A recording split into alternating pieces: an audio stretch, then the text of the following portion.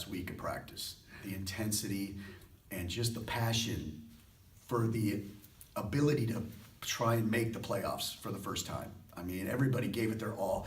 We had 3 really good practices gearing up for those games, and I just liked where we were as a team and what we were doing both offensively and defensively and how we were playing together, and I think it really helped us be successful on the road at SPU and at St. Martin's, and it meant a lot to them in that locker room after we won our last game, and I told the team, I go, there's not many teams in the nation that get a win the last game of the year, because normally when you're this good and you're going to play for a conference tournament or in the NCAA tournament, everybody but 1 or 2 teams lose their last games. And so I said, remember this feeling, because we want next year to win our last game, and we're hoping that it's a lot longer than it was this year.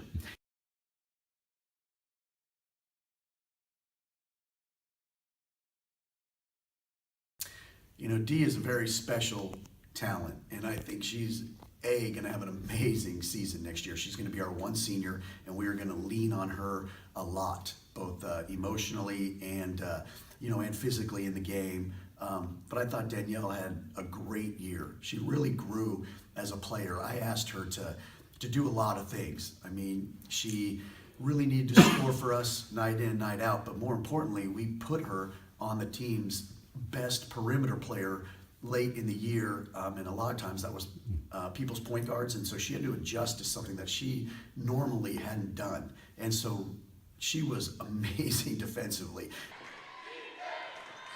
Cartwright, and that one rolls in. The seesaw battle continues. And she has been battling. And that helped. Extremely excited about next year. Our lone senior, Danielle Hartzog, I think is just going to have an amazing year and build on her tremendous, junior year. And then I'm most excited to see how our sophomores become upperclassmen and lead us as juniors. I think Keisha Sarman can just have a great year. I mean, I see her as one of the best defensive players in the league, and I'm really excited how hard she's going to work this offseason to develop her offensive game and really, become just a more prolific three-point shooter. Bailey Cartwright, who I think maybe led the league in double-doubles last year. I look for a lot, just a lot more all around from Bailey. We need her to become just a better scorer and a little better shooter. And then Aaron Higbee and Georgia Williams, I'm looking to have breakout years. And then I'm really excited to get Nakaya Lesueur back, who I thought was really building on her freshman year and then just couldn't play this year due to injury. And then moving down to our, dynamic freshmen who become sophomores.